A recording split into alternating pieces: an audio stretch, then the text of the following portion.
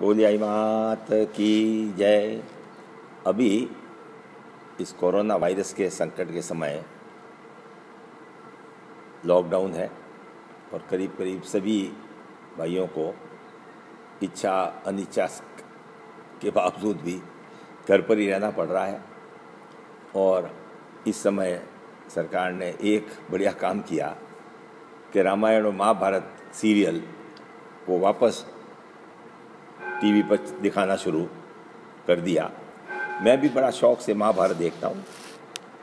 क्या बढ़िया संवाद, क्या कुछ सीखने को नहीं मिल रहा है। हर रोज नई नई बातें सीखने को मिलती है। उसमें खास करके महाभारत हुआ, जिसके लिए बड़े बड़े महापुरुषों ने कहा है कि महाभारत के बाद सारी संस्कृति समाप्त हो गई। भारत को नया जन्म, नए शुरुआत से ही सारी विद्या, सारे होशियार लोग, गुरुजन, सारा भारत समाप्त हो गया। तो महाभारत हुआ, भयंकर लड़ाई हुई। उसके बारे में अभी मैं किसी से विचार विमर्श कर रहा था और व्हाट्सएप पे मैसेज आते हैं कि महाभारत के युद्ध के पश्चात द्रौपदी अकेली उस हस्तिनापुर के विशाल भवनों में अकेली घूम रही।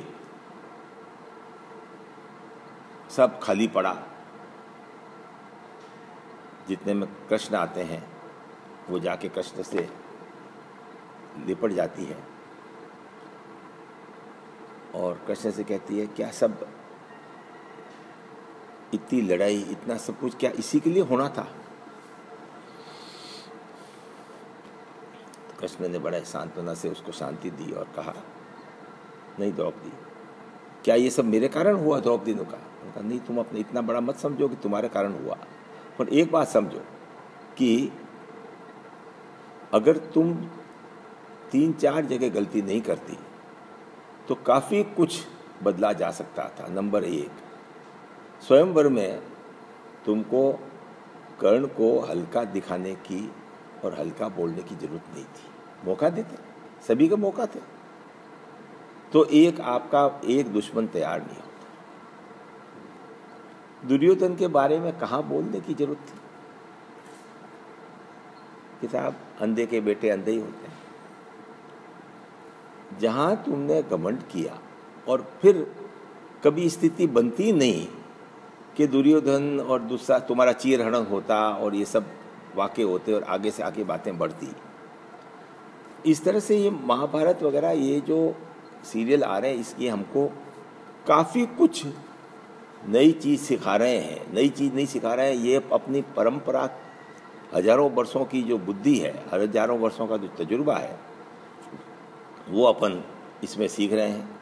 तो मेरा सभी से अनुरोध है कि यथासंभव अपने बच्चों को भी साथ लेके, हम याद है 33 साल पहले रामायण शुरू हुई थी, पूरा घर बैठता था। आज भी न्यूज़ में था कि 7 करोड़ आदमी रामायण देख रहे हैं, वर्ल्ड रिकॉर्ड। इतना बड़ा समूह एक साथ को एक सीरियल को देखे, ये तो भारतवर्षी है जो अपने आप सबको सब कुछ दिखाता है। सो कहने का अर्थ ये है कि अब सब कुछ संभव है।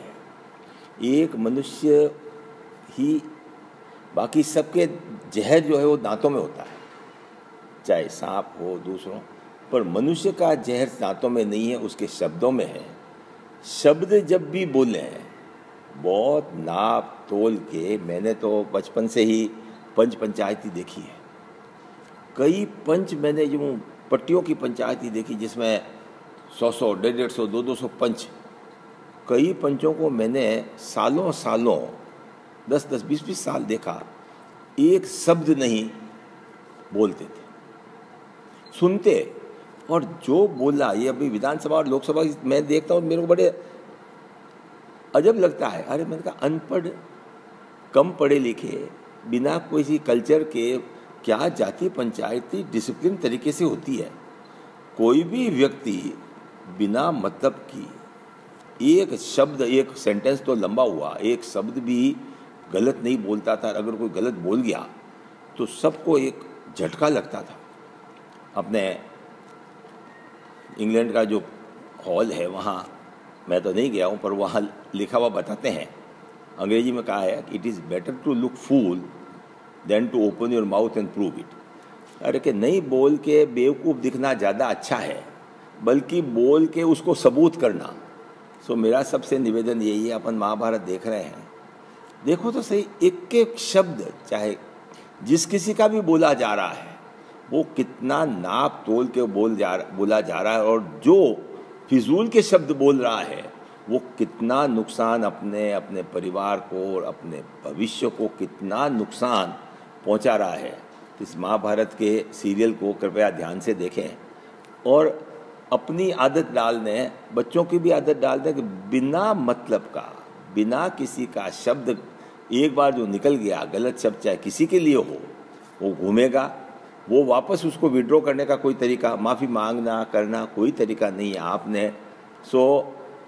भगवान ने आपको कुछ चीज़ें दी हैं जिसमें खास करके बोलने की शक्ति, सुनना सब जानते हैं, देखना सब जानते हैं, जानवर भी करते हैं, पर बोलने की शक्ति सिर्फ एक मनुष्य को दी है। उसका उपयोग यथासंभव कम से कम करें, और करें तो उसको बड़ा सोच विचार के एक एक शब्द निकालेंगे तो उसकी कीमत होगी, और उससे वातावरण में मिठास बढ़ेगी और प्रेम बढ़ेगा। बहुत बहुत आपको शुभकामना, धन्यवाद।